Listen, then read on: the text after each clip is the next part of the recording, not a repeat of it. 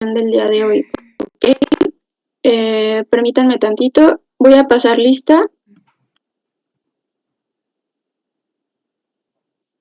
para que estén atentos, por favor. Bautista Medina. Presente, buenos días. Hola. García Michelle. Presente. Ok. Hernández Jacqueline. Presente. Muy bien. López Vanessa. Presente. Ok. Medina Antonio. Presente. Ok. Medina Laura. Presente. Ok. Moisés Ali. Buenos días, presente. Hola. Monroy Fernando. Presente. Muy bien. Olvera Eduardo. Presente, buenos días. Hola. Ramírez Saudi.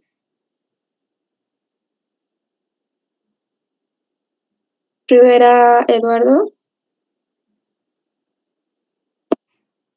Galicia. Rojo Galicia Estefanía. Santos Arellano. Presente. Pérez. Santos Arellano, ¿verdad? Sí. Valerio Nubia. Presente. Muy bien. Y Vázquez Damara. Presente.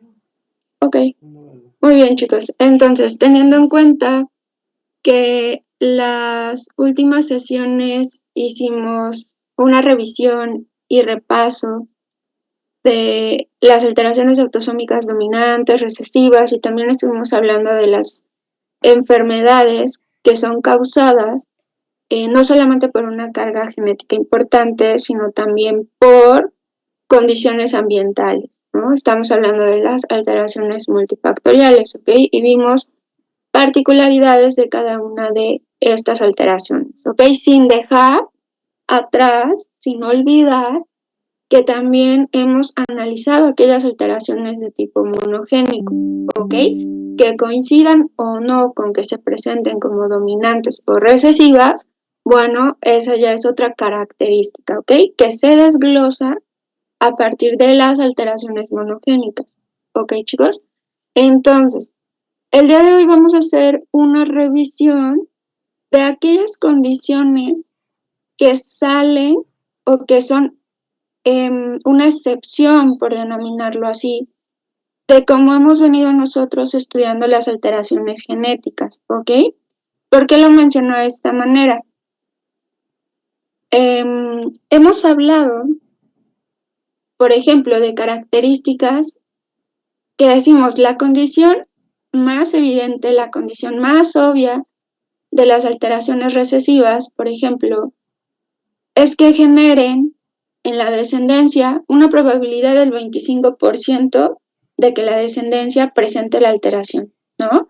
Ya independientemente de si hay heterocigotos portadores o homocigotos sanos, la característica evidente o que les comentaba sesiones anteriores más común es tener ese 25% de probabilidad de que la descendencia presente la alteración autosómica recesiva, ¿de acuerdo? Y esto tiene que ver porque por el emparentamiento más común, ¿se acuerdan? Que eran portadores. Tanto mamá como papá tienen que ser portadores necesariamente para que se produzca una alteración de tipo recesivo, ¿de acuerdo? Obviamente afectando a autosomos. Ahora, les decía, hay que hacer una clara diferencia o distinción de las alteraciones dominantes, donde uno de los ancestros tiene que estar enfermo, ¿no? ¿Por qué? Porque tiene un alelo dominante con la característica independientemente de la alteración de la que se esté tratando, ¿no? Pero que tenga esta dominancia. Y les decía, el emparentamiento más común entonces es un homocigoto sano en su totalidad y un heterocigoto que está enfermo, ¿no? Entonces, este cuadro o esta asociación, este emparentamiento, va a generar que la descendencia tenga un 50% de probabilidad de estar enferma o tener esa característica, no tanto en fenotipo como en fenotipo, ¿ok? Es decir, el 100% de su información tendrá la alteración, ¿ok, chicos? Entonces, a ver, voy a colocar la presentación, dicho lo anterior y haciendo este repaso. Porque les decía, ahorita vamos a revisar estas excepciones que salen de este análisis riguroso, por llamarlo así, que hemos hecho, ¿no? Porque no se aceptan hasta ese momento, hasta donde hemos revisado, no se aceptaban algunas excepciones o no hablábamos con detalle de algunas excepciones que pueden surgir en la información genética de las personas, familias o individuos que porten determinados alelos que teóricamente nos han dicho así debe de comportarse una alteración dominante, ¿no? O una alteración recesiva. Tan es así que existe el cuadrito resumido que revisamos y nos dan estas características propias de cada alteración, tanto dominante como recesiva, ¿ok? Ahorita vamos a ampliar esta información y nos vamos a dar cuenta que en la genética, pues existen diferentes excepciones que pudieran surgir y que nos van a permitir observar qué o por qué la genética, pues es un área de estudio que no puede analizarse de una manera tan rigurosa en la clínica, por ejemplo, en la vida real, digamos, no solamente en la teoría, ¿no? ¿Por qué? Porque se han observado excepciones o maneras distintas de expresión de los genes que no caen necesariamente en este análisis que hemos hecho, ¿no? En este resumen, en esta tabla en la que les decía, bueno, el 25% lo pueden identificar perfectamente para una alteración recesiva, el 50% de la descendencia afectada para una alteración dominante, ¿ok? Nos vamos a dar cuenta entonces que existen otras características importantes que hay que tener en cuenta, ¿ok? Entonces, dicho lo anterior, ahorita quiero platicarles de algo conocido como riesgo de recurrencia, que les estoy colocando aquí, de cómo se puede comportar, por ejemplo, en las alteraciones autosómicas recesivas, cómo pueden simular, desafortunadamente, y lo digo así porque en el área clínica o cuando ya se están analizando una familia, por ejemplo, una persona donde se trata de entender su árbol genealógico, porque pudiera estar presentando una alteración recesiva, pueden haber ciertos falsos positivos en el cual se pueda confundir con alteraciones dominantes, ¿ok? Ahorita no estoy hablando de ninguna alteración en particular, ¿ok? Solo les estoy dando ese ejemplo general de que a veces las alteraciones recesivas pudieran llegar a confundirse con una alteración dominante, ¿ok? Ahorita vamos a analizar por qué una alteración dominante o recesiva puede ser considerada distinta a lo que nos han dicho teóricamente, ¿no?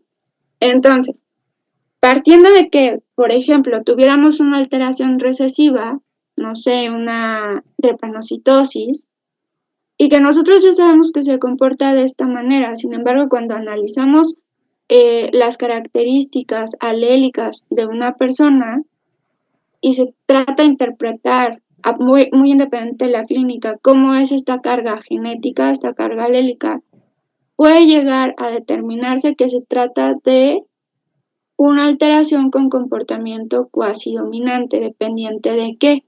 Bueno, hablamos de la cuasi dominancia cuando en las alteraciones recesivas y analizando a través de un cuadro de Punnett, se está observando una imitación de rasgos autosómicos dominantes, ¿ok? Nuevamente les recuerdo, les decía yo, lo más común en las alteraciones recesivas es tener siempre a papá y a mamá con un alelo recesivo afectado, pero como es recesivo y son heterocigotos, simplemente se consideran portadores, ¿se acuerdan? En este caso, algo importante es que esto no es tan común, pero sucede, ¿ok? Por eso es que lo estoy colocando aquí. Esta manera de observar este cuadrito de Punnett, que quiero que vean aquí, no es el emparentamiento más común del cual veníamos hablando en las alteraciones recesivas. ¿Se acuerdan? En aquella ocasión, entonces, hicimos la revisión de cómo puede surgir en la descendencia una alteración recesiva. Aquí que quiero que observen. Para empezar, independientemente de si consideren que este conjunto de alelos sea proveniente de papá o mamá, o de este conjunto de alelos que está en la parte superior, sea proveniente de mamá o papá, puede ser cualquiera de los dos. Hay que recordar que aquí la constante sí es que ambos, tanto mujeres como hombres, pueden estar afectados por igual, ¿ok? Pero lo que quiero que aquí se observe es que este emparentamiento no proviene o no surge a partir de heterocigotos portadores. Y aún así se está tratando de una alteración recesiva con cuasi-dominancia, porque simula comportarse como una alteración dominante por el porcentaje que ahorita vamos a determinar en la descendencia. ¿Ok? Entonces, ¿qué es lo primero que quiero que observen? Aquí vamos a tener un homocigoto recesivo enfermo en su totalidad. ¿Ok? Es decir, tanto los alelos como las características fenotípicas pues se van a presentar independientemente de la alteración recesiva de la que se hable. ¿Ok? Y aquí tendremos un heterocigoto portador. ¿Ok? Entonces, esta manera de entender una alteración recesiva con cuasi-dominancia surge, ¿por qué? Porque en el análisis o en el área clínica se han observado estos casos donde lo que se creía que tenía que acontecer, es decir, tener ancestros o padres portadores para que la descendencia tuviera una alteración recesiva, pues aquí se rompe en su totalidad, ¿ok? Aquí estamos observando que este comportamiento alélico no es como creíamos, ¿no? En resumen. Entonces, a ver, compañeros, vamos a determinar el porcentaje de la descendencia y con ello nos vamos a dar cuenta porque recibe este nombre de que puede existir esta cuasi dominancia en las alteraciones de tipo recesivo. ¿Ok, chicos? Entonces, a los compañeros que se asistieron el día de hoy, voy a pedir que me apoye. ¿Está Salim? Que me apoye a dar lectura a este cuadrito, ¿ok? ¿Sí está Salim o no está? Sí, profesora, aquí estoy. Muy bien, Salim. A ver, me vas a ayudar primero a recordar lo que acabo de mencionar ahorita, características de este ancestro que está en la parte superior y características de este que está en la parte lateral. Es decir, vas a decir si son homocigotos, heterocigotos, dominantes, recesivos, enfermos, sanos, portadores. Y yo lo voy a... Bueno, primero esto, ¿ok? Y ahorita vamos a hablar del resultado. Sí. ¿Qué sería el que está aquí arriba? Ok, entonces, los que están hasta arriba son homocigotos recesivos. Sano, Y, enfermo, portador. no, portador. Estos. Sí. Bueno, no, serían El enfermos papá, porque por papá lo o que mamá. estamos hablando son enfermos. El que está aquí arriba. O sea, me estoy refiriendo al primer ancestro que está aquí en la parte azul, más azul oscuro. Sí. Sí, Entonces, serían es un homocigoto o homocigota. ¿Estás de acuerdo? Sí. Es dominante o recesivo. Recesivo. Está enfermo, sano, portador. Está enfermo. Muy bien. Ahora este que está aquí, el otro papá o mamá, independientemente de lo que decidamos que el rol Es heterocigoto. heterocigoto, ok. Portador, enfermo o sano. Portador. Portador, ok. Muy bien, Salim, gracias. Ahora está, déjenme ver, ¿se conectó Saudi? No, ¿verdad? ¿Está Felipe? Sí, aquí estoy. Muy bien, compañero. Me vas a apoyar ahora con la sumatoria, es decir, el porcentaje. Venimos recordando que cada cuadrito vale el 25%, ¿te acuerdas? Entonces me tienes que decir los porcentajes, si son homocigoto, heterocigoto, dominante, recesivos, si están enfermos, son sanos o pues portadores, ¿no? Entonces me dices los porcentajes, por favor. Aquí puedes hacer un resumen porque nos damos cuenta que se repiten, ¿no? O sea, 2 son idénticos y los otros 2 también. Entonces puedes hacer tu resumen tanto en porcentaje y esto querría decir que solo tendremos 2 posibles o 2 resultados, ¿no? Entonces, ¿me puedes decir la respuesta, por favor? Sí, sería 50% heterocigoto dominante y 50% homocigoto recesivo. Bueno, Hay atención con los heterocigotos. Aquí ya estamos hablando de que si está enfermo, si está sano o es portador, ¿te acuerdas? sí, Estamos retomando un caso de una alteración recesiva, pero que está presentando cuasidominancia, ¿ok? Y ya les comentaba de dónde surge esta cuasidominancia, ¿ok? A ver, va de nuevo. Entonces es un heterocigoto. ¿Qué falta ahí? Entonces sería recesivo. Y no, acuérdate que no puede haber heterocigotos recesivos. Siempre el alelo dominante es el que manda, el que gobierna. El recesivo, el alelo recesivo siempre está ahí oculto. Pero estos dos tienen una característica particular. ¿Van a expresar la alteración? ¿Tú qué opinas? No, pero son portadores. Exacto. Entonces, ¿qué falta que escriba yo aquí? Un detalle importantísimo, que es un heterocigoto, ¿qué? Portador. Portadores. ¿Sí queda claro? ¿Por qué? Sí. Muy bien. Y entonces el otro porcentaje y los otros 2 que tenemos aquí, ¿qué serían? Sería otro 50% de homocigoto. Ese sí sería recesivo. Ajá. Porque no hay otra opción, ¿no? Es recesivo, lo sobreentendemos, lo estoy colocando aquí, pero tiene una característica importante. Está enfermo, está sano o es portador. Son enfermos. Muy bien. Entonces ya tenemos aquí los datos importantes para entender a qué se refiere la cuasidominancia, ¿ok? Gracias, compañero. Entonces, a ver, chicos, observando a detalle aquí, les digo, esta es una excepción que surge a partir de las alteraciones recesivas, pero que puede ser un tanto confusa porque tiene comportamientos o que pareciera que simula una dominancia. ¿Por qué? Porque vean los porcentajes. Decíamos que las alteraciones dominantes, la descendencia, era heterocigota y tenía un 50% de tener la alteración, ¿no? Entonces aquí, en cuanto a los porcentajes, como solo tenemos 50 y 50, no estamos viendo ningún 25%, aun cuando se trata de una alteración recesiva, ¿ok? Entonces, de ahí que surja este nuevo término de hablar de riesgos de recurrencia que pueden comportarse de manera cuasi dominante.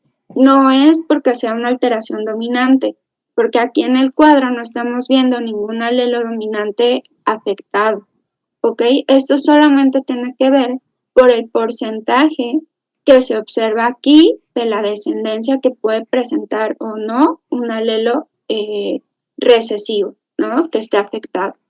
Entonces, el hecho de que surja esta terminología de hablar de cuasidominancia simplemente es porque recuerda ese porcentaje dominante, pero seguimos hablando de una alteración de tipo recesivo, ¿ok? Entonces, con este ejemplo, lo que quiero que se entienda es que en la genética debe haber cierta flexibilidad en cuanto al análisis de los ejemplos que se pueden presentar, ¿ok? Ya hemos hablado de lo que normalmente se observa, ¿no? Pero ¿qué sucede cuando llega un ejemplo como este, en donde uno de los ancestros es homocigoto recesivo enfermo para la alteración, pero de alguna manera se encontró con un heterocigoto portador? Ese heterocigoto obviamente no lo sabe y es más probable que la homocigota u homocigoto conozca que tiene una alteración recesiva y que este heterocigoto ni idea. Entonces, cuando tienen descendencia, surge esta probabilidad de que se presenten esos alelos recesivos, ¿ok? Entonces aquí quiero que quede claro que observen este alelo dominante que está sano en su totalidad, ¿ok? No estamos hablando de alteraciones dominantes aquí, solo simula por este porcentaje, ¿ok? Entonces tenemos aquí 2 heterocigotos que de 4 pues viene siendo el 50%, ¿no? 50% heterocigoto portador. Es decir, si esta pareja tiene un heterocigoto portador como hijo o hija, pues muy probablemente sea considerado sano porque no va a tener esas características, ¿ok? De la alteración recesiva. Ahora, ¿qué sucede con este 50% homocigotos recesivos enfermos? ¿Por qué asumimos que están enfermos? Bueno, porque ambos alelos, aquí los estoy señalando en color rojo, no tiene otra opción.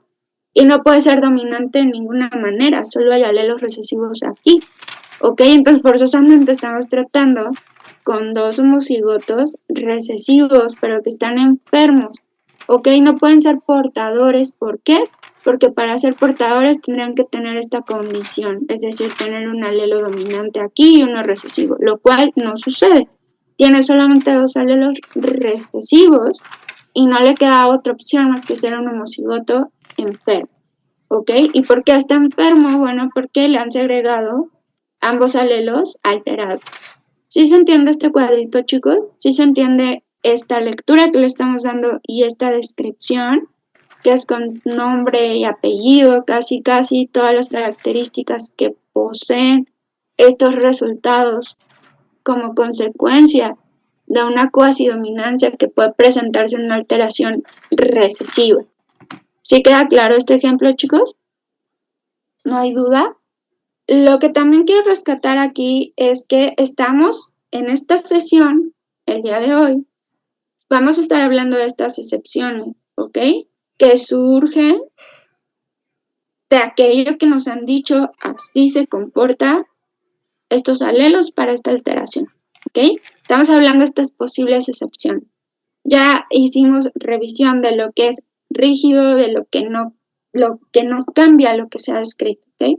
Ahorita estamos hablando de que pueden encontrar estas opciones y que por lo tanto existen y hay que tenerlas presentes, ¿ok? Entonces, si en el examen yo les preguntara, explique con un ejemplo a través de un cuadro de Punnett qué es la cuasidominancia, ustedes de inmediato podrían trazar este cuadro de Punnett, colocar sus alelos, hacer esta distribución alélica y explicar con estos porcentajes por qué, aunque se está tratando de alteraciones recesivas, se habla de una cuasidominancia. ¿Ok, chicos? ¿Por qué?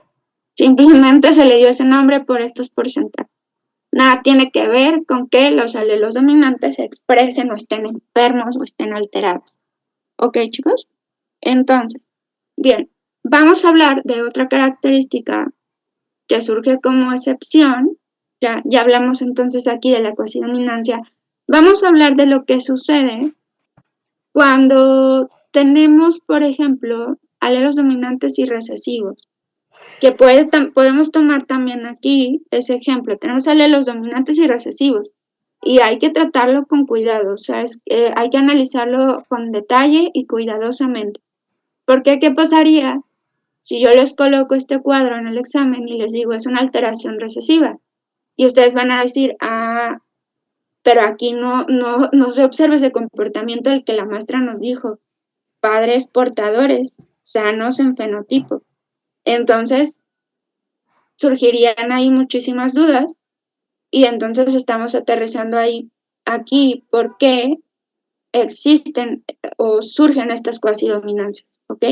Y entonces tenemos que hablar de que hay que tratar con precaución todas esas posibles excepciones que podemos encontrar, pero también que no es tan rígido, como les decía, no es tan lineal la manera de estudiar los alelos, ¿no? Hay que tener siempre presente todas estas excepciones que existen descritas, que se han observado y que afortunadamente ya podemos nosotros estudiar y entender, ¿no? En el momento que observemos, leamos o determinemos algunos de estos porcentajes que nos interesen, siempre debemos tener presentes esas posibles opciones y tener precaución de cómo pudiera presentarse una alteración que tal vez ha sido determinada como dominante por los porcentajes que se observan, pero ya cuando se haga un análisis genealógico se observe que pues no es dominante, sino es una alteración de tipo recesivo, ¿ok? Entonces, aquí les coloco este título de dominante frente a recesivo. Hay que tener precauciones porque, como dice aquí, los trastornos dominantes y recesivos se han tratado como si pertenecieran a categorías rígidas, no cambian, como lo que ya hemos estudiado, les decía, esta tabla es así, este porcentaje es así, y este resumen lo tienen que entender de esta manera, porque así se comporta, ¿ok? Eso compete a los temas anteriores, pero ahorita estamos aperturando estos conocimientos con estas excepciones de que pudieran existir, lo pudieran encontrar, se pudiera observar. Y entonces no podemos ser tan reduccionistas. ¿Por qué? Porque existe la cuasidominancia y existe diferente grado de afectación dependiendo de si una persona es homocigota o heterocigota para una alteración. ¿Ok? En resumen, eso es lo importante en este diapositivo. El tener un individuo para una alteración dominante, por ejemplo, pero que sea homocigoto o heterocigoto, de ahí la gravedad de la expresión de la alteración. ¿Ok? Entonces, como dice aquí, debemos perder esa rigidez a medida que aumenta nuestro conocimiento de los alelos y su comportamiento asociado a las mutaciones que se pueden presentar, que las mutaciones juegan un rol importante de cómo se puede presentar una alteración, ¿ok? En general, en las enfermedades que hemos revisado, ¿ok? Porque es donde más se han estudiado estas características. ¿Ok, chicos?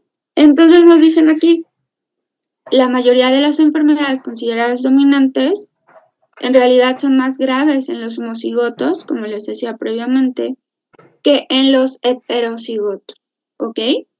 Y nos ponen aquí el ejemplo de la acondroplasia. Estamos viendo aquí esta bebé con todas las características que denotan el tener una alteración asociada a la acondroplasia. Y nos ponen dos ejemplos, que es la parte interesante o complementaria de lo que hemos venido revisando, ¿no? Nos dicen, bueno, puede presentarse esta acondroplasia como una alteración en donde esta bebé se presente como heterocigoto, por ejemplo. Es decir, tiene el alelo dominante afectado, el alelo recesivo sano, pero es heterocigota. Y aún así presenta estas características. ¿Por qué? Por el alelo dominante. ¿Ok? O más bien, podemos tener otra opción de que la acondroplasia se presente como o en sujetos homocigotos, ¿ok? Lo cual sería este ejemplo, en donde ambos alelos tendrían o estarían afectados, ¿ok? Y por eso los coloco en color rojo. Ahora, ¿qué sucede con los heterocigotos? Obviamente está afectado un alelo dominante, pero el otro compensa el hecho de que solo está afectado un alelo, ¿ok? Por lo tanto, nos dicen aquí, tiene una vida de una duración casi normal a una persona que no tiene esta alteración o que no presenta acondroplasia. Lo único que se ha estudiado y se ha analizado es que pueden vivir 10 años menos aproximadamente a ese promedio o a esa media poblacional de edad o tiempo de vida, ¿no?, del ser humano. Esa es la única característica importante que se ha observado en los heterocigotos, cuando son comparados con un homocigoto que obviamente tiene por doble el alelo afectado, ¿no?, mutado. Y nos dicen, un homocigoto, de este lado derecho nos dice, un homocigoto presenta una afectación más grave y obviamente no se necesita hacer ni una PCR ni un estudio más a detalle cuando ya nos están determinando que ambos alelos dominantes están afectados. Sabemos que se trata de un homocigoto que tiene todas las características de la acondroplasia, también los alelos afectados, pero pues al tener dos alelos dominantes afectados, es más grave todas las características fenotípicas que se puedan presentar. Y entonces hay que recordar que tienen un tamaño más corto, una altura más corta, que afecta incluso el tamaño del tórax, ¿no? Y entonces, al ser homocigotos dominantes, pues se ha descrito que mueren durante la infancia por insuficiencia respiratoria. Es casi una constante lo que se observa en los homocigotos. Y por lo tanto, aquí viene el momento de la selectividad, donde decíamos, bueno, si eres homocigoto dominante enfermo gravemente, no llegas a la etapa adulta, no puedes reproducirte, ¿no? Chicos, se va a cerrar la sesión, nos reconectamos en la misma liga, por favor.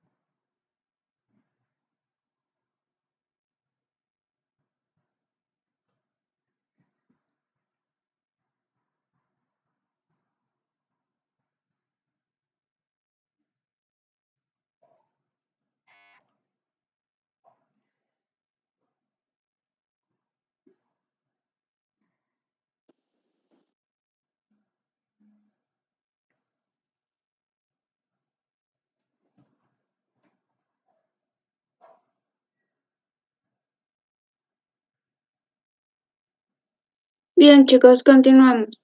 Entonces, les decía, aquí aterrizamos más clara la idea del por qué aquello que les comentaba anteriormente, que un homocigoto dominante en una alteración, obviamente autosómica dominante, y que porta dos alelos que están afectados, no va a poder llegar a una etapa reproductiva y que por lo tanto lo más común cuando se determinan los cuadros de Punnett era observar un heterocigoto con un alelo dominante afectado y un homocigoto sano en su totalidad, ¿no? Esto tenía que ver directamente con esta explicación que está aquí.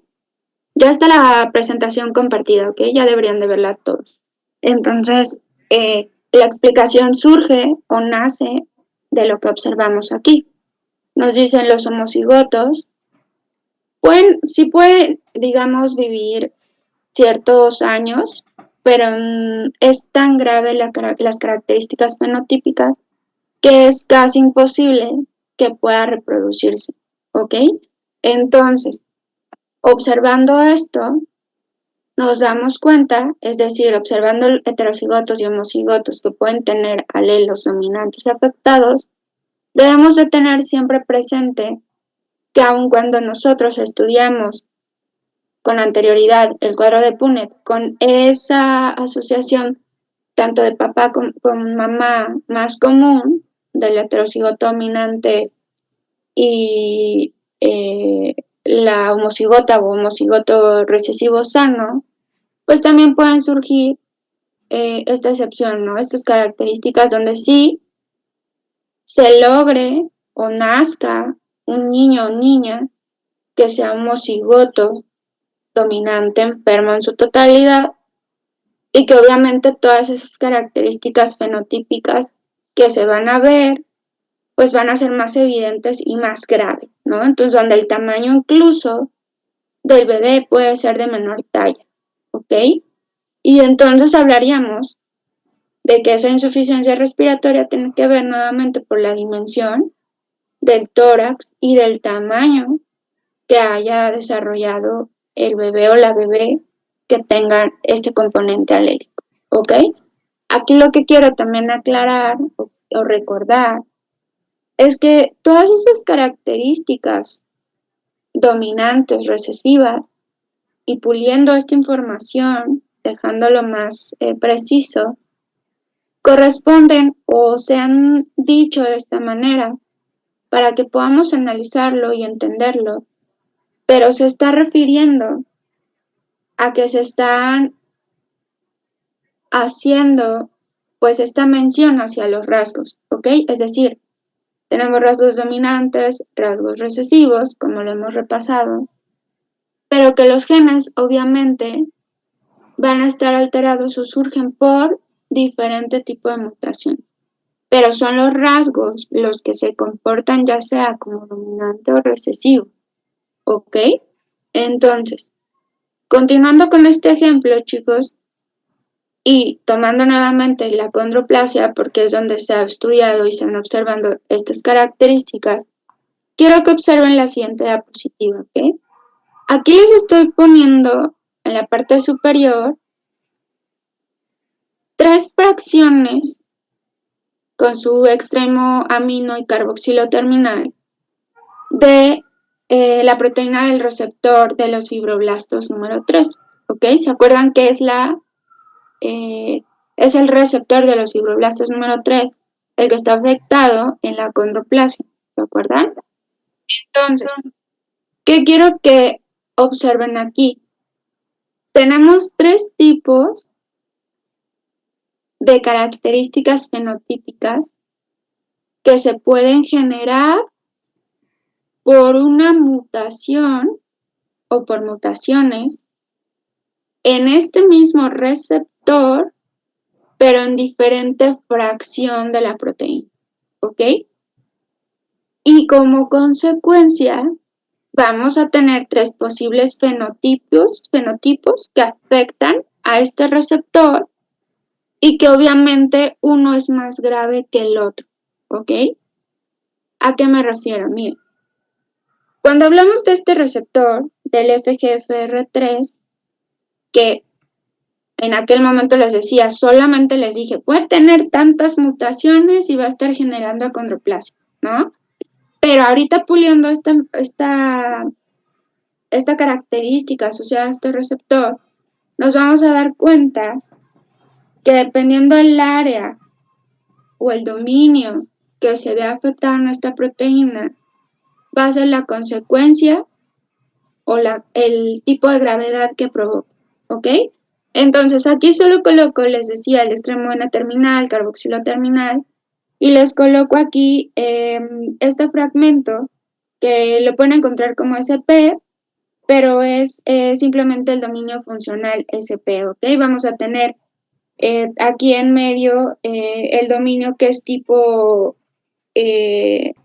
inmunoglobulínico, conocido así, y también vamos a tener este dominio tipo tirosincinasa, ¿ok? Todas estas fracciones que acabo de mencionar pues forman parte de este receptor, sin embargo hay otras ¿ok? Aquí solamente estoy colocando estas tres porque vienen asociadas a las características de grave o no tan grave, ¿no? Que se provocan en las personas que tengan mutación en alguna de estas zonas, ¿ok? Ahora, por ejemplo, nosotros hemos analizado aquí la acondroplasia, ¿no? Les decía, bueno, tienen una talla baja, un tórax también reducido, pueden tener lordosis, pliegues acumulados de piel, son las características más evidentes, ¿no? Manita de tridente, etcétera. Pero al tratarse de heterocigotos, obviamente dominantes enfermos, pues dentro de esa gravedad no es tan grave, ¿ok? Sé que suena extraño, pero vamos a ver otros casos aquí, ¿ok? Entonces, esta niña o este niño, niña o niño que presenten esta alteración, al ser heterocigoto, sí va a tener todas estas características fenotípicas, pero puede llegar a una etapa adulta donde sí que pueda reproducirse, porque es un heterocigoto, ¿ok? Y aquí, en la acondroplasia, de todas las mutaciones posibles que les comentaba que pudieran surgir, obviamente desencadenadas por mutaciones puntuales, generando heterocigotos, aquí el área o la zona del receptor que particularmente se ve afectada es la zona tirosincina, ¿ok? Ya se ha hecho este estudio, se ha observado. Se está afectada la zona en la tirosincina o en esta subunidad, en este dominio, pues se va a estar generando una acondroplasia, ¿ok? Ahora, ¿qué sucede? Por ejemplo, vamos al extremo aquí izquierdo, estamos viendo también un heterocigoto dominante, pero donde este niño tiene un fenotipo no tan característico de una acondroplasia, es decir, sí tiene una talla disminuida, pero no es tan evidente, ¿ok? Podría incluso pasar desapercibido de que está teniendo pues una alteración asociada al desarrollo, ¿no? A la talla. No podría incluso percibirse, ¿ok? Hasta que se haga un análisis, ¿no? Sí que va a ser más bajito de la media de determinada edad en los niños, pero no va a ser tan evidente como cuando se habla de una acondroplasia. Pero en este niño nuevamente se está viendo afectado el gen y la proteína del receptor FGFR3, ¿ok? Es decir, tanto este niño como este bebé que está aquí tienen afectado la misma proteína, el mismo gen, el mismo receptor, ¿ok? Simplemente que la diferencia es dónde está ocurriendo la mutación, ¿ok? O el cambio de esta mutación de tipo puntual. Aquí en este ejemplo, en la hipocondroplasia, el error o el cambio está ocurriendo en la subunidad SP, ¿ok? Está afectado este fragmento. Y entonces el hecho de que esté afectado aquí y no aquí ni aquí, pues va a generar que la descendencia o la niña o el niño que tenga esta afectación tenga una hipocondroplasia y que se comporte como un heterocigoto en este caso, ¿ok?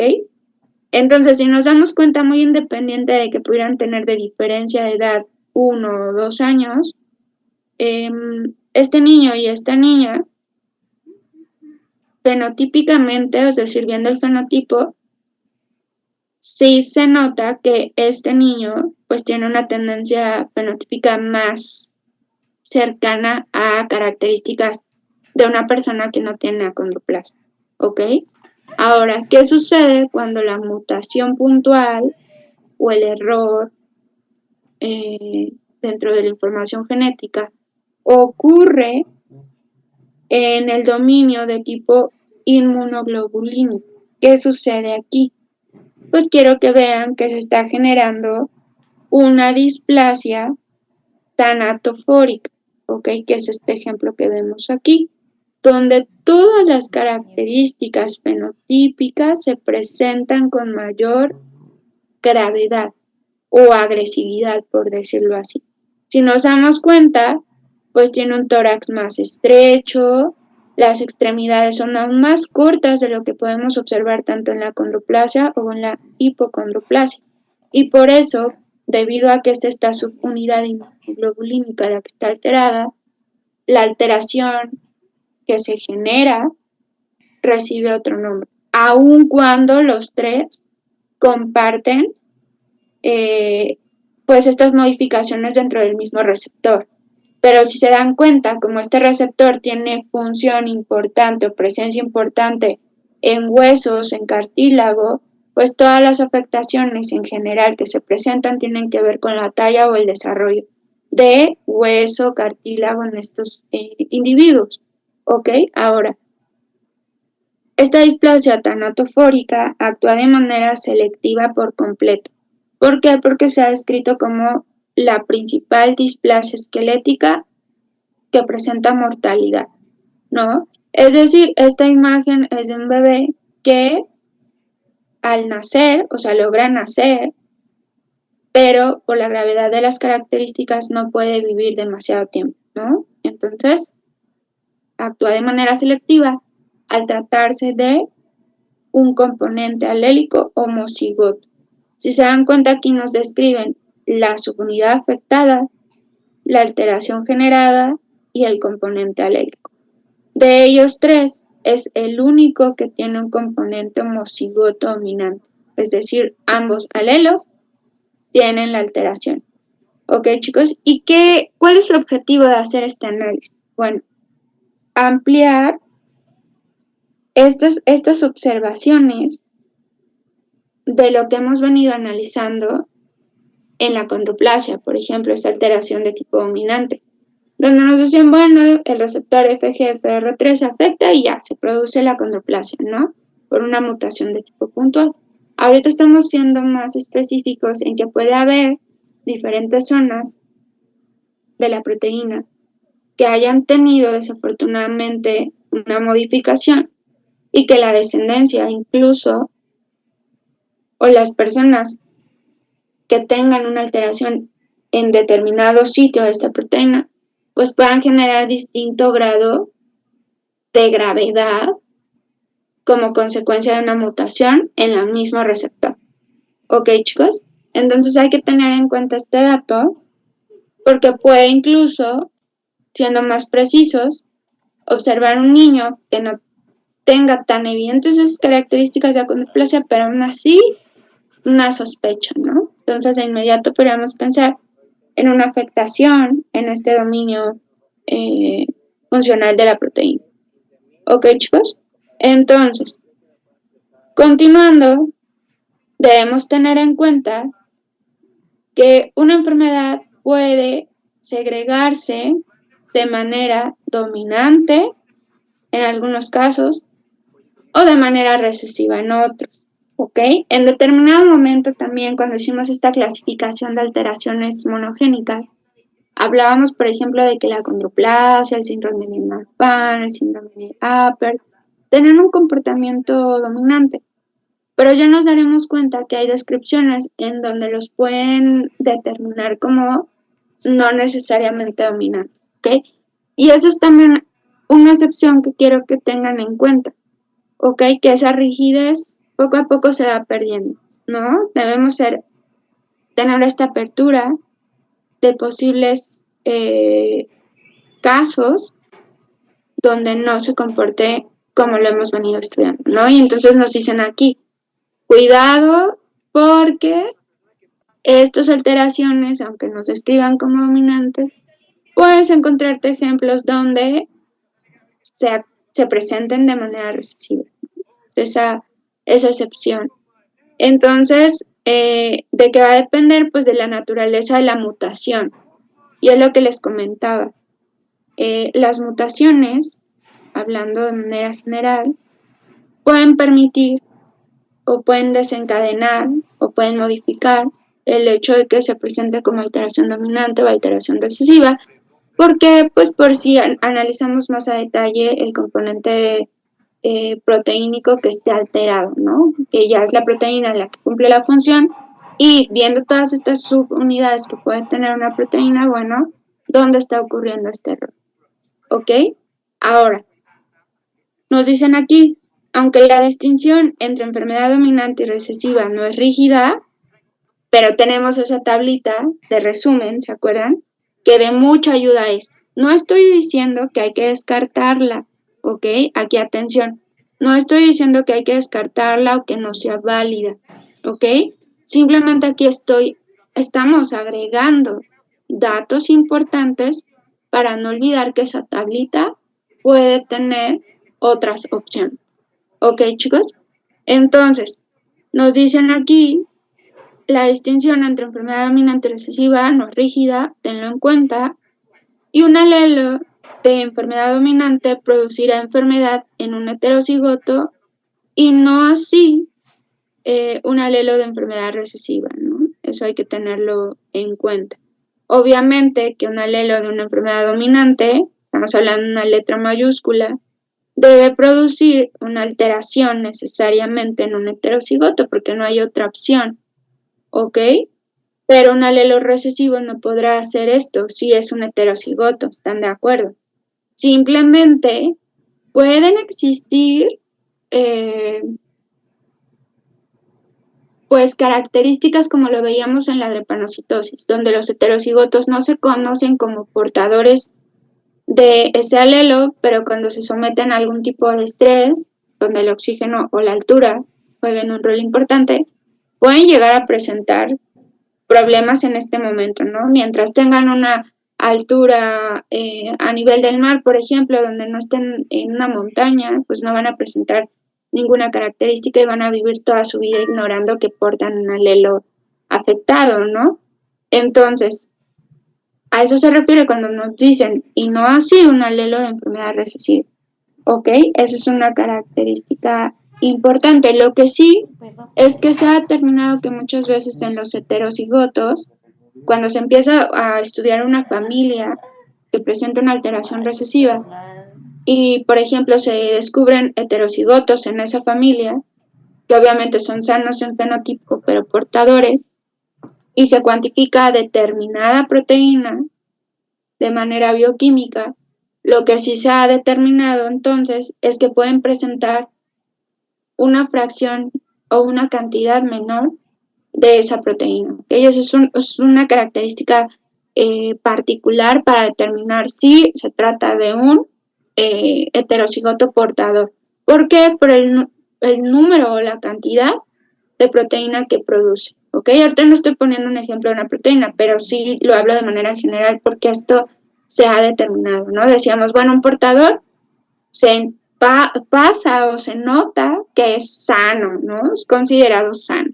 Pero ya cuando se está investigando, se está analizando, pues oh sorpresa porque producen menor cantidad de proteína. Obviamente no hay comparación con un homocigoto recesivo, ¿no? Pero sí que no es como un homocigoto sano, por ejemplo, ¿ok? O un heterocigoto sano en su totalidad. Desafortunadamente a nivel molecular o a nivel bioquímico, pues sí hay distinción, ¿ok?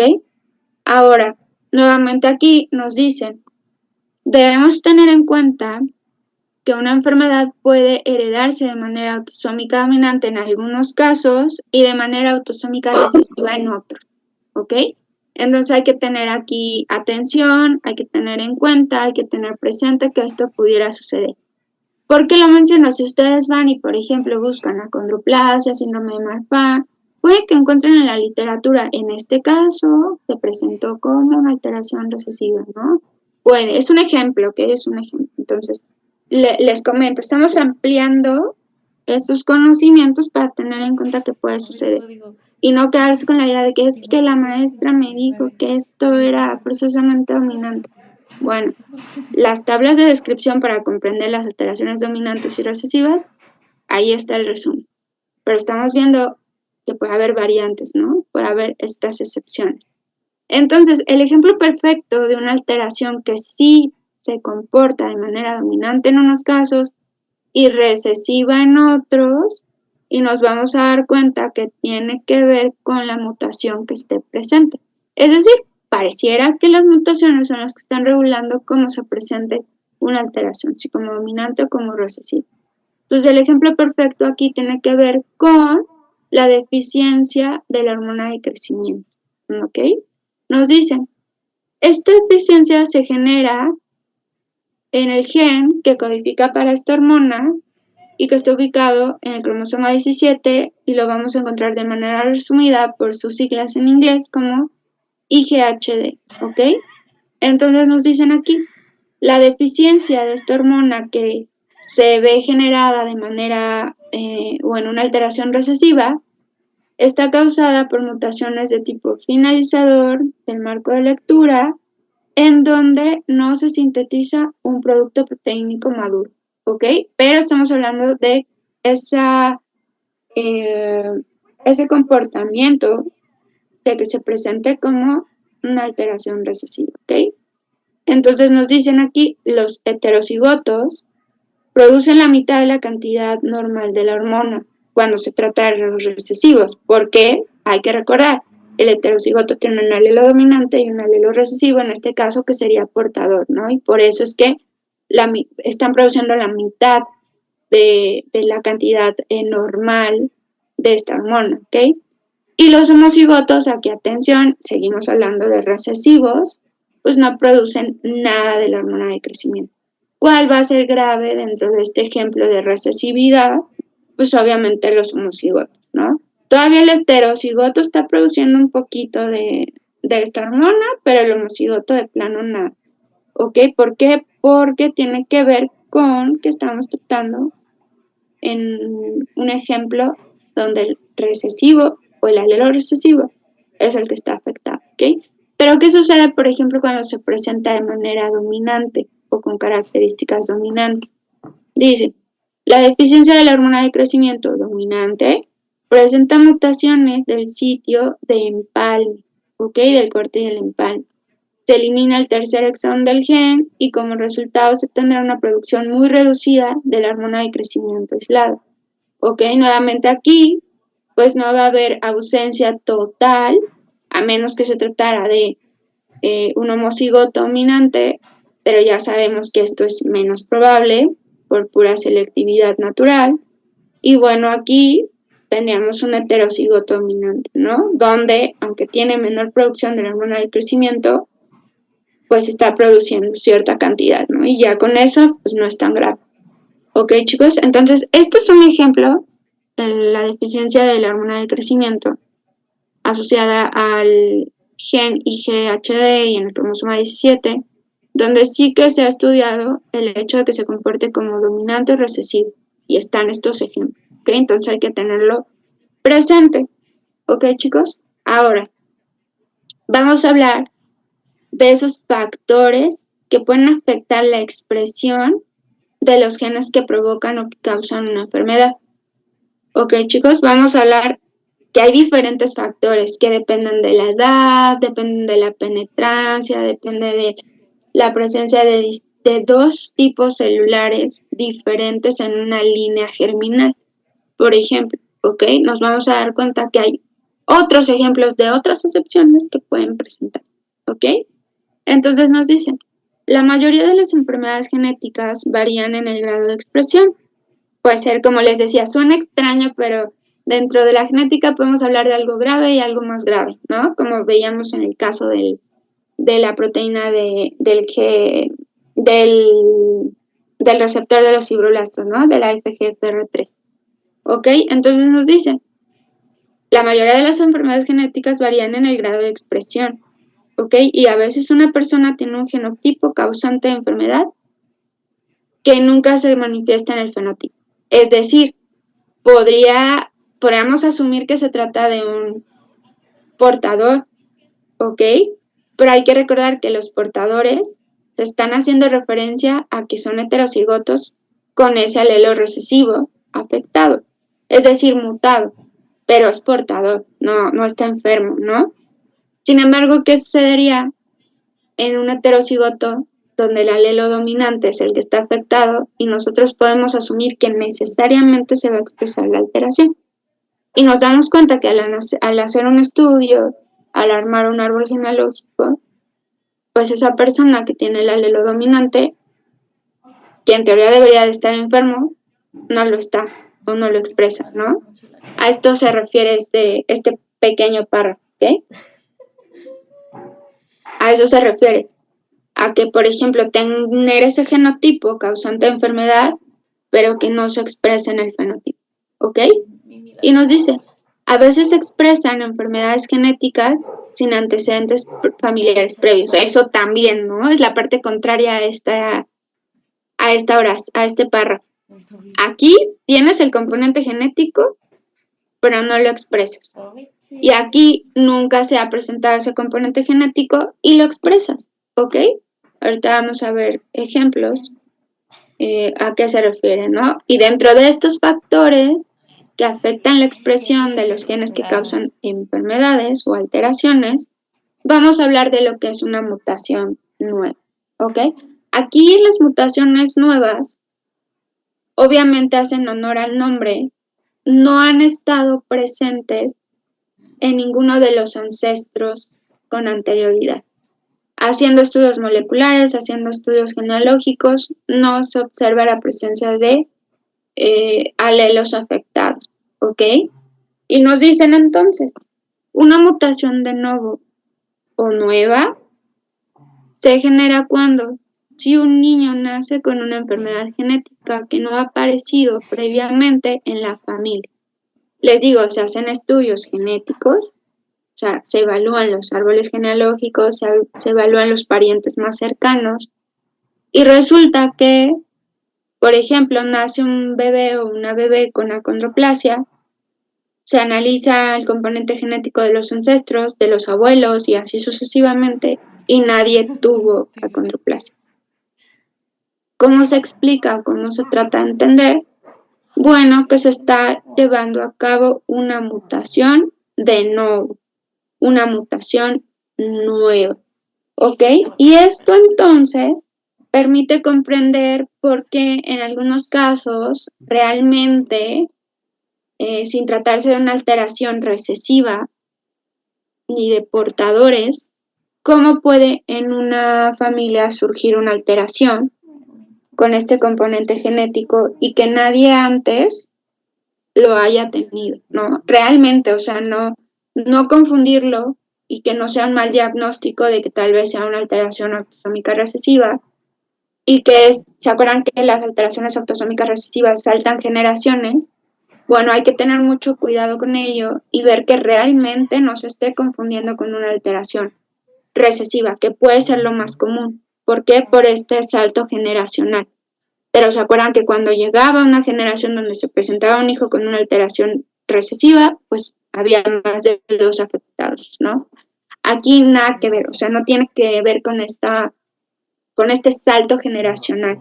Simplemente, de alguna manera, el componente ambiental, sin que sea una alteración multifactorial, pero juega un rol importante en que ocurra una mutación que desarrolle, por ejemplo, acondroplasia, que es el ejemplo que estoy colocando aquí, ¿ok? Entonces, quiero que observen aquí. Nos dicen, como ejemplo, 7 de cada 8 casos de acondroplasia se generan de novo, ¿ok? Y solo 1 de cada 8 son heredados de un progenitor afectado, ¿ok? Es decir, la acondroplasia, lo que hemos visto es que se comporta como una alteración de tipo dominante, ¿ok? Nos dicen aquí, la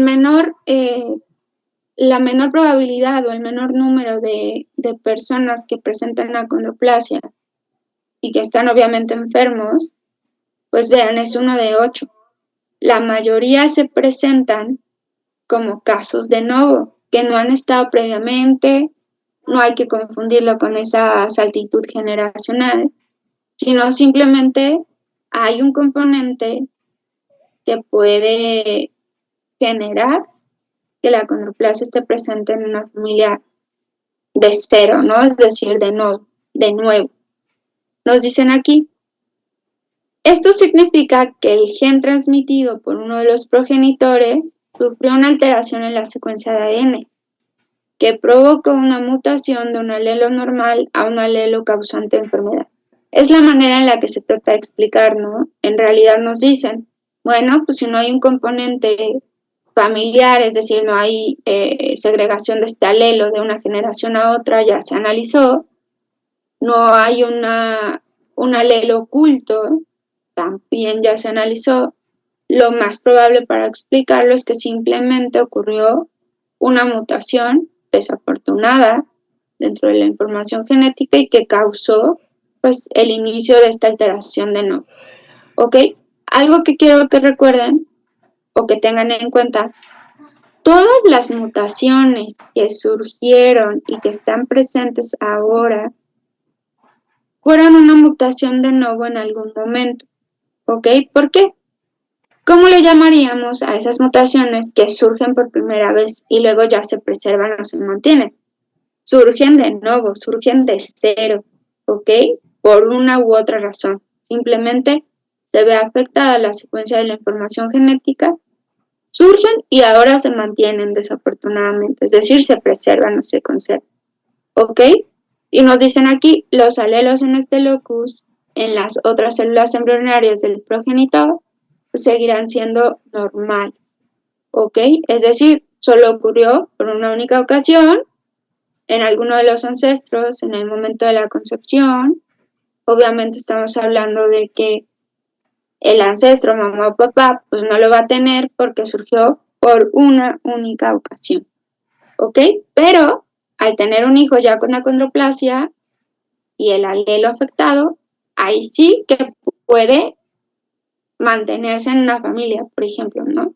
O sea, este niño, aunque tuvo esta alteración de cero, de nuevo, nueva, no va a poder erradicarla, ¿ok? Es decir, si se decide emparentar con una homocigota, pues va a tener ese porcentaje probable de que la descendencia esté afectada.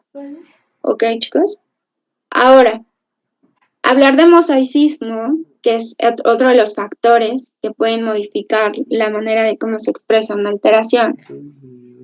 Es muy interesante cuando hablamos de mosaicismo, porque el mosaicismo es compararlo, o es recordarlo, o es retomarlo, analizando coloquialmente un mosaico, ¿no? Es que tiene varios colores, varios componentes, varias formas, ¿ok? En nosotros, en el ser humano, también puede ocurrir o podemos estética. Pero particularmente este mosaicismo se ha estudiado en la línea germinal, ¿ok? Es decir, todos esos datos genéticos que sí van a pasar a la siguiente generación, ¿no? Y que por lo tanto, como no son células o no es una línea de tipo somático, pues probablemente el ancestro, es decir, papá o mamá, desconozcan que tienen un mosaicismo de la línea germinal. ¿Cuándo lo van a saber? Cuando tengan descendencia, desafortunadamente, porque el mosaico está en la línea germinal, no está en las células somáticas que pudieran afectar únicamente a papá o a mamá, ¿no? Sino simplemente ese mosaico está ahí esperando el paso de la información a la siguiente generación y que sí puedan presentarse hijos repetidos, es decir, hijos o diferente número de hijos con una afectación, ¿ok? Es una característica importante aquí y nuevamente tendrá que hacerse un análisis profundo para no confundirlo con una alteración recesiva que tiene esa particularidad, ¿ok? Por estas razones que hablamos de estas excepciones, chicos, porque muchas veces, por ejemplo, el mosaico actúa de esta manera, en la que una descendencia con diferente número de hijos puede presentar más de un hijo con la alteración, al igual que pudiera presentarse cuando una alteración, por ejemplo, tenga un componente recesivo dominante, ¿no? Que es lo que estábamos hablando de la hormona de crecimiento. Entonces, hay que tener mucho cuidado de no confundirlo, ¿no? Sobre todo ese es el punto. No, o sea, tener sospecha, pero siempre pensar en excepciones que nos hagan ser más precisos en el momento de lo cual se va a concluir qué tipo de alteración o cómo está surgiendo una alteración. ¿Ok, chicos? Le queda poquito tiempo a esta sesión, la cerramos y nos reconectamos, por favor. Ay, sí, mejor. La nota.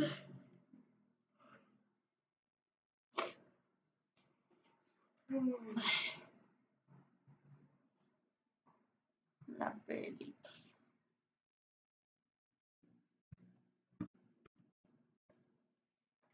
Ay.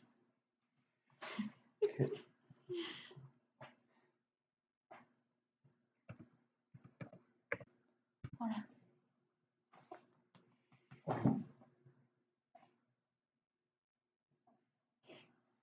Mi cochito. Ay, se me movió la patada.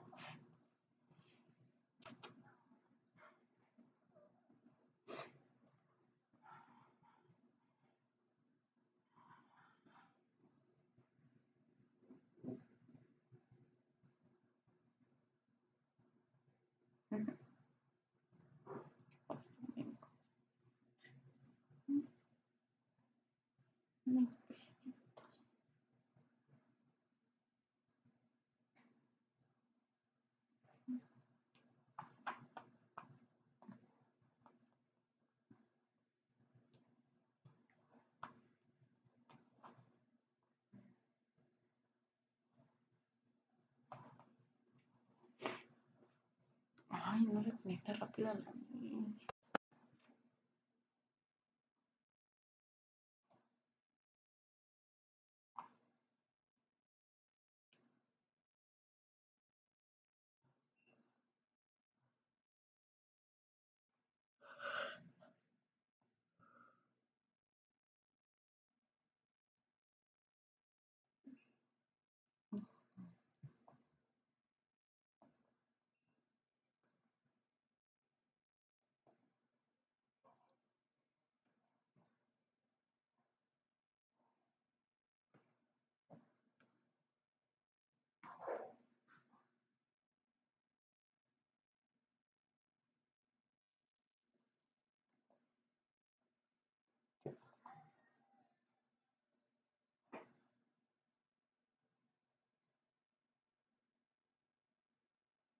Muy bien, chicos. Entonces, aquí atención en el mosaicismo, porque es muy interesante, les decía, puede llegar a confundirse con otra forma o paso de la información que previamente hemos revisado, ¿no? Entonces, aquí hay que someter a duda cuando se observe que más de uno de los hijos de una pareja o de papá y mamá están presentando una alteración y que entonces deberíamos de cuestionarnos, ¿no? ¿Qué componente genético tiene? ¿Ok? Entonces les decía, el mosaicismo no lo va a conocer o no lo va a saber si lo porta mamá o lo porta papá, es decir, si tienen este mosaico celular de la línea germinal, porque no lo va a afectar al que lo tiene, ¿ok? En conclusión, es decir, a mamá o a papá. No lo van a saber porque se trata de la línea germinal, ¿ok? Es decir, hasta el momento en el que conciban o decidan reproducirse es donde se va a ver por determinado número de hijos este mosaico, ¿no? Entonces nos dice aquí, cuando dos o más hijos presentan una enfermedad autosómica dominante ligada al cromosoma X, sin que hayan antecedentes familiares de la enfermedad. De esta manera es que se debería de cuestionar uno si se trata de un mosaico, ¿ok? O de este mosaicismo, que al final del día recibe este nombre porque se trata de un mosaico con células de tipo germinal mutadas y células que no, células que sí, células que no tienen mutación, ¿ok? Y lo podemos observar aquí, miren, nos dicen el embrión. La mutación ocurre en una célula del embrión, todas las demás son normales, ¿ok? Pero esta misma celulita que contiene la mutación, pues va a formar la totalidad o parte de la totalidad del organismo, ¿ok? Y aquí nuevamente nos dicen, estas células no tienen ninguna alteración.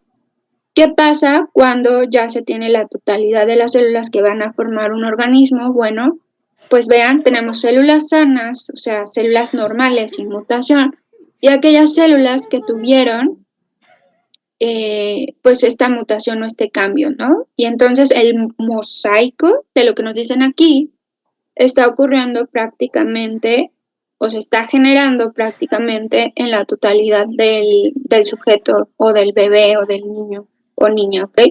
Pero este mosaico está proviniendo o está surgiendo a partir de la información que portan en la línea germinal, ya sea el padre o la madre, ¿no? Entonces, ellos van a ser normales o sanos, no van a tener ninguna alteración, pero pues tienen este mosaico, ¿no? De la línea germinal y al final el hecho de que el producto o el organismo en su totalidad del siguiente descendiente, pues sí que va a presentar ese mosaico de las células mutadas, ¿no? Y no mutadas. Es este conjunto de tener dos tipos de células distintos. Al decir dos tipos de células distintos me refiero a que con mutación y sin mutación, ¿ok? En un mismo organismo, en un mismo ser, ¿ok? Y nos dicen aquí mosaicismo. ¿Cómo lo vamos a entender? Pues va a describir la presencia de va a describir la presencia de más de una línea celular genéticamente distinta en el cuerpo, que es lo que vemos aquí, ¿no? Más de una. O sea, aquí hay dos, una con mutación y otra sin mutación. Ya con esto es un mosaico. Y nos dicen, esto es de manera general, un mosaico, como entenderlo, pero ya cuando hablamos específicamente de la línea germinal, nos dicen, es un tipo de mosaico en el cual la línea germinal de un individuo contiene un alelo ausente en las células somáticas, ¿ok? Es decir, lo que no está en las células somáticas, que no se puede observar y que por lo tanto, tanto papá como mamá lo van a desconocer en su totalidad porque no están enfermos de nada, digamos, son personas completamente sanas, como ejemplo, o para que se entienda, no tienen la alteración que el hijo está presentando o los hijos, las hijas están presentando, pues entonces aquí habría que analizar o estudiar la línea germinal, ¿no? Analizar estas células germinales viendo dónde está el error, si en la madre o en el padre, ¿ok? Que es una característica importante determinar quién lo tiene, ¿ok? Ahora, entonces, este tipo de mosaico en el cual la línea germinal de un individuo contiene un alelo ausente en las células somáticas, es por eso que involucra directamente a la línea germinal. No estamos hablando aquí de células somáticas, pero pon este ejemplo, ¿no? Porque la descendencia puede presentar una alteración que no tiene el padre o la madre sin confundirlo con una alteración recesiva, por ejemplo, pues tiene que ver con que se está presentando este mosaico o este componente con más de una línea celular distinta en las células germinales, ¿no? Ahora nos dice, enfermedades en las cuales se ha observado este mosaico, pues en la acondroplasia, en la neurofibromatosis de tipo 1, en la distrofia muscular de Duchenne y también en algunos casos de hemofilia A, ¿ok? Nos pone nuevamente este árbol para entenderlo y nos dicen, un ejemplo podría ser la ectrodactilia, está aquí el ejemplo del fenotipo como se observaría, y la ectrodactilia pues no es otra cuestión que nuevamente una afectación en dedos, en manos o en pies, y que prácticamente se caracteriza por tener una hendidura central, que es la que estamos viendo aquí, y de ahí nace el nombre de ectrodactilia. ¿Cuál sería la manera en que se comporta un mosaico? Si se dan cuenta, tenemos a mamá, papá, no lo marcan como enfermos, ni como portador, ni nada, son sanos en totalidad. Tienen descendencia, en este caso tienen 4 hijos, 3 varones y una mujer, y resulta que, por ejemplo, la ectrodactilia se presente en 2 varones, un varón sano y una hija sana. Y dicen, bueno, ¿por qué mi hijo está presentando ectrodactilia si yo soy sano, mi pareja sana, ya sea mamá, papá, el ejemplo donde quieran colocar en este momento, y mis ancestros nunca han tenido ectrodactilia? ¿Qué pasa, no? Entonces, se tiene que hacer un análisis bien estructurado, definido de la línea germinal para no asumir que pudiera ser una alteración recesiva. ¿Por qué enfatizo en las recesivas? Porque acuérdense que son ese tipo de alteraciones que saltan generaciones, pero cuando se expresa en un hijo, más de 2 o más de 1 pueden presentar alteración, ¿no? Entonces, hay que tener mucho cuidado con todas estas fuentes y variantes de generación de alteraciones, ¿no? Ya hemos visto entonces que cuando hablamos de dominancia o recesividad, estamos hablando del rasgo, no del gen, y que determinadas alteraciones pueden presentarse tanto dominantes como recesivas, ¿ok? También hemos visto la gravedad o la distinción de trabajar o estudiar un ejemplo homocigoto afectado que un heterocigoto afectado, ¿no? Entonces, estamos revisando todas estas excepciones, ¿ok, chicos? Entonces, ¿ya se entendió hasta aquí? ¿Tienen alguna duda? ¿Algún punto importante que quieran que revisemos? Estamos dedicando estos subtemas que son excepciones de lo que hemos visto, ¿ok, chicos? Pero no quiero que quede claro, no quiere decir que lo que hemos revisado anteriormente esté mal o no exista. Es la manera, digamos, más común de estudiarlo. Pero ya que estamos hablando de genes, variantes y modificaciones que pueden suceder, tenemos que tener en cuenta que hay excepciones y opciones distintas que rompen lo que hemos revisado anteriormente, ¿ok? Pero no quiere decir que esté mal. Nada de esto está mal. Todo existe y hay que tenerlo en cuenta, simplemente, ¿ok? Cuando estemos notando que algo no se está comportando como viene sucediendo teóricamente, ¿no? Entonces hay que pensar en un mosaicismo, en una mutación de novo, que es lo que hemos revisado hasta ahorita, ¿no? Nos faltan tocar otros puntos importantes, pero hasta aquí quiero que tengan en cuenta esto, ¿ok? Entonces, si no tienen ninguna duda, chicos, vamos a dejar la sesión del día de hoy hasta mosaicismo de la línea germinal. Y de acuerdo a estos puntos o estas excepciones que revisamos, voy a dejar una actividad que va a ser la primera actividad del parcial número 3. ¿Ok, chicos? ¿Tienen alguna duda? ¿Todo bien? No, todo bien. Perfecto. Entonces, nos vemos la siguiente semana, estamos en contacto y estén pendientes de la actividad. ¿Ok, chicos? Que tengan bonito día. Bye. Hasta luego, gracias. Hasta luego.